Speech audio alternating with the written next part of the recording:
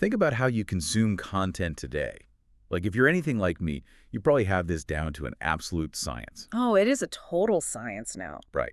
I mean, I spent 45 minutes last night just trying to find the perfect movie on a streaming app. And you fell asleep 5 minutes into it. Exactly. 5 minutes after hitting play, I was out. But that's what we do. We stream on demand. We download audiobooks to optimize the morning commute, and we spend just ridiculous amounts of time curating the absolute perfect playlist for every possible micromood. Yeah, it's a completely personalized, highly optimized, and entirely self-directed experience. We are, at our core, the ultimate consumers. We love having options. But what happens when we take that exact same consumer mindset and apply it to something like spiritual growth? That is the big question. Today, we are taking a deep dive into some really fascinating source material. It's this comprehensive guide on integration into church community. And I have to tell you, digging through these notes completely upends one of the most deeply held modern myths out there. The idea of the lone Christian. Yes, the lone Christian. We have this stack of historical context, biblical analysis, and some really practical frameworks in front of us. Okay, let's unpack this. We're going to explore why the greatest barrier to your spiritual growth might actually not be a lack of knowledge, but a lack of connection. Right. We're looking at how to transition from being a spectator in the crowd to a fully integrated family member. It is wonderful to be diving into this with you. What stands out immediately, as we review this material, is the calm but incredibly firm way it challenges our modern default. Yeah, it doesn't hold back. Not at all. This isn't just a manual asking you to attend more events or, guilt-tripping you into adding another volunteer obligation to an already exhausted calendar. Nobody needs that. Exactly. It fundamentally redefines what it actually means to belong. The core argument here is that acquiring theological knowledge without being tethered to a community is, essentially, a spiritual dead end. Which brings up a really striking paradox that I just couldn't stop thinking about, because today we have unprecedented access to spiritual resources. I mean, you can live stream a service from the other side of the world while sitting in your pajamas. Yeah, with a cup of coffee in hand. Right. You can download sermons from the most gifted speakers alive right to your phone. You can annotate a dozen dense theology books on your tablet while waiting in line for that coffee. Yet, despite all this access, there is this widespread phenomenon the text describes as a hollow ache. A hollow ache? That's a powerful way to phrase it. It really is. It's this lingering feeling of being present but not planted, informed but completely unintegrated. And that ache is the direct result of the illusion of self-sufficiency. We live in a culture that elevates autonomy and efficiency above almost everything else. So it's entirely natural that we would import that exact framework right into our spiritual lives. Just copy and paste the mindset. Exactly. This is what we call consumer Christianity. It happens when believers evaluate a spiritual community exactly the same way they evaluate a product on Amazon. Oh, wow. Yeah. You judge the preaching quality, you critique the music style, you assess the parking situation, and the program efficiency. The underlying question is always, what am I receiving here? Does this meet my exact preferences? Yes, rather than asking, how can I serve here? Right. It's treating a community of faith like a vendor. Right. Or a subscription service. Like, oh, the worship leader was a little off-key today, or the sermon was a bit dry. 1 star, I'm unsubscribing and finding a new podcast. And that mindset completely sabotages growth for a few critical reasons. First, it replaces covenantal commitment with consumer preference.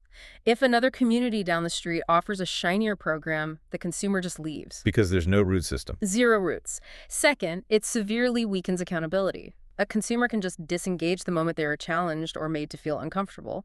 And third, it suppresses the use of spiritual gifts because spectators remain entirely passive. They sit in the stands evaluating the players, but they never actually step onto the field. There's a really memorable analogy in our notes that paints this perfectly. It says that a seed of faith is planted in the soil of the individual soul, but it grows best in a forest. A forest, yes. You simply cannot reach the towering heights of full maturity in a tiny pot on an isolated windowsill, which really forces a tough diagnostic question for you, the listener, to evaluate in your own routines. Are you treating your spiritual community like a streaming service, something you can just cancel or pause the moment it is no longer perfectly convenient? If we connect this to the bigger picture, we can see exactly how far that consumer mindset has drifted from the original design. When we look back at the historical and biblical foundations, Specifically Acts chapter 2, right? yes, Acts chapter 2, the day of Pentecost, the contrast is jarring. When the Spirit descended, the immediate result was not a scattered group of isolated mystics having private, highly individualized spiritual experiences. It birthed a visible, structured, and profoundly interdependent community. And looking at that Acts 2 community, there are 4 specific pillars they devoted themselves to. And the word devotion there carries a lot of weight. It does. It implies covenantal endurance. It's not a casual association where you show up if the weather's nice and you have nothing better to do. It is steadfast, gritty persistence. So let's break down those 4 pillars. The first one is apostolic teaching. Yes, and the sequence of these pillars is vital. Doctrine came before emotion. The historical analysis points out that orthodoxy precedes intimacy. Wait, orthodoxy precedes intimacy. That sounds a bit rigid to the modern ear. What does that actually mean in practice? It's a great question because it does sound formal. It simply means that you cannot build deep, enduring relational bonds if you don't agree on the fundamental truths of why you were in the room together in the first place. I see. If you try to build a spiritual community without a bedrock foundation of shared objective truth, it just devolves into sentimentality. It becomes a social club built on vibes. Shared belief, the orthodoxy, is the solid ground that allows genuine, vulnerable relationships, the intimacy, to actually survive storms. That makes total sense. You need the scaffolding before you can build the house. Right. The second pillar is fellowship, or the Greek word koinonia. And from what I'm reading, this isn't just chatting over a lukewarm cup of coffee in a lobby for 5 minutes after a service. It is a shared existence. Yeah. It meant actively sharing meals, bearing the crushing weight of one another's burdens, and even pooling financial resources so that absolutely nobody in their circle went without. Which naturally bleeds right into the third pillar, the breaking of bread. Historically, this refers to both ordinary shared meals and the Lord's Supper, or communion. What's fascinating here is the absolute leveling power of the cross. The leveling power. Think about the social strata of the first century. You had masters and slaves, rich and poor, citizens and outcasts. Yet, at that table, all societal differences dissolve. The wealthy merchant and the impoverished laborer kneel together. The powerful and the marginalized receive the exact same bread. Yes, it was a radical, almost scandalous reorientation of human relationships. And the fourth pillar is corporate prayer, emphasizing the corporate part. Not just private, closed-door devotion, but praying out loud together. Because praying together creates a shared dependence. When you pray alongside someone, you are collectively admitting that neither of you is self-sufficient. You are binding yourselves together in mutual need. This is why the historical weight of this concept is so heavy. For centuries, the very idea of a churchless Christian would have been considered an oxymoron. It would have been completely unintelligible. They wouldn't have even understood the concept. Exactly. The early church leader, Cyprian of Carthage, famously said, "He cannot have God as father who does not have the church as mother." We also see Augustine developing the concept of the totus Christus, which is Latin for the whole Christ. The whole Christ, meaning the head and the body joined together. Exactly. Augustine argued that you cannot truly embrace Christ the head while simultaneously rejecting or amputating his body, which is the community of believers. They are a package deal. To love the head is to love the body, with all of its glorious imperfections. Okay, here's where it gets really interesting. Because the source material dives deep into the Apostle Paul's writings, specifically 1 Corinthians 12, where he introduces this brilliant metaphor of the church as a living organism, a human body. It's a profound image. He writes that the eye cannot say to the hand, "I don't need you." You can't just detach a limb, toss it on the floor, and expect it to live, let alone thrive. The profound theology behind Paul's metaphor is that unity does not mean uniformity. In fact, diversity is entirely intentional. It's by design. Right. The church is not designed to be a monoculture where everyone thinks, acts, speaks, and looks exactly the same. That diversity actually mirrors the Trinity itself, distinct persons existing in perfect harmonious unity. We desperately need the different gifts, the varying personalities, and the completely different life backgrounds to function as a complete, healthy organism. Reading through Paul's metaphor really hit me because it completely flips our modern value system upside down. In our current platform-centric culture, we tend to celebrate the visible. We give all the honor to the charismatic speaker, the talented musician, the upfront leader with a microphone. Of course we do. But this ancient framework insists on a complete reversal of worldly honor. It says the weaker or unseen parts of the body are actually the indispensable ones. The quiet intercessor praying in the back row, the anonymous volunteers setting up folding chairs at 6 in the morning, the person making meals for a sick family, they deserve special dignity and honor. Because in this upside-down kingdom, honor flows toward the overlooked. And this interconnectedness, bringing all these different people together, is also the crucible for our personal growth. The framework argues that sanctification, the lifelong process of becoming more mature and holy, actually requires friction. I hear that, but let's be real. Nobody actively wants friction. No, of course not. When someone annoys you in a small group or someone says something slightly offensive, the modern instinct is just to leave. It's the spiritual equivalent of swiping left. You just pack up and find a new group with better vibes. How do we override that instinct to run away? It's incredibly difficult, but we have to recognize that the friction is the point. It is deeply practical. You cannot practice the virtue of forgiveness if there is never an actual offense. Wow, yeah. You cannot develop patience without being deeply inconvenienced by someone else's flaws. You cannot learn humility without being corrected by someone you might disagree with. The famous proverb says iron sharpens iron, but we so often forget that sharpening iron requires violent sparks. Sparks, heat, friction. Yes. Relational tension in a community isn't a sign that the community has failed. It is the exact mechanism designed for your growth. So running away from the friction means you're actually running away from your own maturity. That brings us perfectly to the concept of spiritual gifts, what the Greek calls the charismata, or gifts of grace. And the big takeaway here is that spiritual gifts are not these personal merit badges you wear on your sash to show everyone how spiritually advanced you are. No, they aren't for show. They are highly functional tools given to you for corporate edification. They literally belong to the community. And that highlights the tragic danger of dormancy. Think about the logic of the body metaphor. A gift of teaching is completely dormant if there are no listeners to receive it. A gift of mercy goes entirely unexpressed and rots on the vine if there is no recipient in need. Right. A gift of leadership is abstract and useless if there is no community to guide. Isolation doesn't just stall your personal growth. It distorts the very design of grace by hoarding what was meant to be shared. To really drive this home, there's a fantastic analogy based on Hebrews 10:24, which commands believers to stir one another up. Imagine a runner alone in a marathon. They hit that infamous wall around mile 20.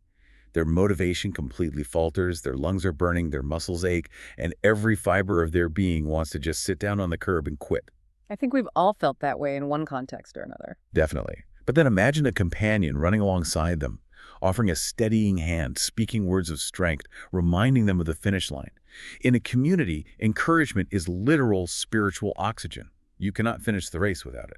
Which brings us to a really important diagnostic question for you, listening right now. What untapped potential do you have? If you were to completely disappear from your spiritual community for a month, who would genuinely feel the absence? That's a challenging thought. Who would miss your encouragement, your service, your specific gifts? And this isn't meant to be accusatory or to make you feel guilty. It is a diagnostic tool to help you clearly see where you might be spectating rather than participating. So what does this all mean? How do we actually do this? Yeah. One of the most refreshing parts of diving into this material is that it doesn't just leave us floating in the theoretical clouds of theology. It offers a highly actionable 30 to 90-day integration framework to help you actively move from being a consumer in the pews to a true steward of the house. And the very first non-negotiable step it emphasizes is joining a small group. Yes, getting out of the big crowd. Because while large Sunday gatherings are wonderful for inspiration and corporate worship, small groups are where the actual gritty transformation happens. In a room of 5 to 10 people, confession suddenly becomes safe. Questions and doubts are actually welcome, and prayer becomes incredibly specific rather than vague and abstract. You are deeply known and you are held accountable. And speaking of accountability, I love the rules laid out here for finding a mentor. It says you must look for character before charisma and faithfulness before popularity. You don't need the most famous, articulate, or talented person to guide you. You need the person whose life demonstrates quiet, enduring obedience over the long haul. The person who shows up year after year. The next crucial step in this 90-day framework is serving on a team. Service is the mechanical lever that shifts your identity from a consumer to a co-creator. A co-creator. When you are serving, whether you are wrangling toddlers in the children's ministry, making coffee, or running a soundboard, you are embedding yourself deeply into the relational life of the body. Your entire posture changes. You start walking into the building asking, how can I give today? Instead of, what am I getting today? To help you actually execute this without getting overwhelmed, the framework provides a brilliant capture and clarify exercise. Let's walk through what this actually looks like. Say it's Sunday night, and you have this nagging, vague spiritual intention. You're thinking, I really need to get more involved. That thought usually just floats away by Monday morning. Almost always. The first step is to audit your mental bandwidth. Write that vague intention down on a piece of paper.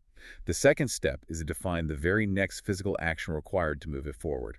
That is the critical pivot point. Getting involved is an abstract idea. You can't execute an idea. You can only execute a physical action. Exactly. So instead of the vague goal, your next physical action becomes email Dave, the small group leader, tonight at 7 p.m. to ask for the address.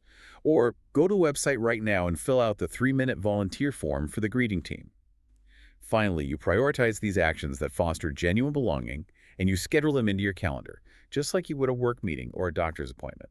It takes the abstract, floating desire for community and forces it into reality. It is all about creating tangible momentum. Deep spiritual growth rarely, if ever, occurs through vague intentions. It flourishes through deliberate, scheduled, and sometimes uncomfortable integration. So to wrap up our deep dive today, the central thesis we've been unpacking is undeniable. You were never meant to mature alone. The modern myth of the self-sufficient, hyper-individualized lone believer is a complete spiritual dead end. True transformation requires crossing the bridge from isolated private devotion into interdependent covenantal belonging. You have to step off the sidelines, endure the friction, and fully enter the family. This raises an important question, and it is something I really want to leave you with today. We talked earlier about the historical context of the early church, how they huddled together in Acts 2. They required that deep, fiercely interdependent community just to survive the intense physical dangers, the political pressures, and the literal persecution of the first century. If they needed each other that desperately just to survive physical threats, what does that say about our ability to survive the unique digital, emotional, and cultural isolations of the 21st century without that same level of community? Could our modern obsession with convenience actually be our absolute greatest spiritual vulnerability? Wow. That is a profound thought to chew on. The very things we think are making our lives easier might be the things starving us. Thank you for joining us on this deep dive. We really hope this exploration encourages you to audit your own routines and step fully into the messy, beautiful, interdependent life that was designed for you. Take that final thought with you this week, and we will catch you next time.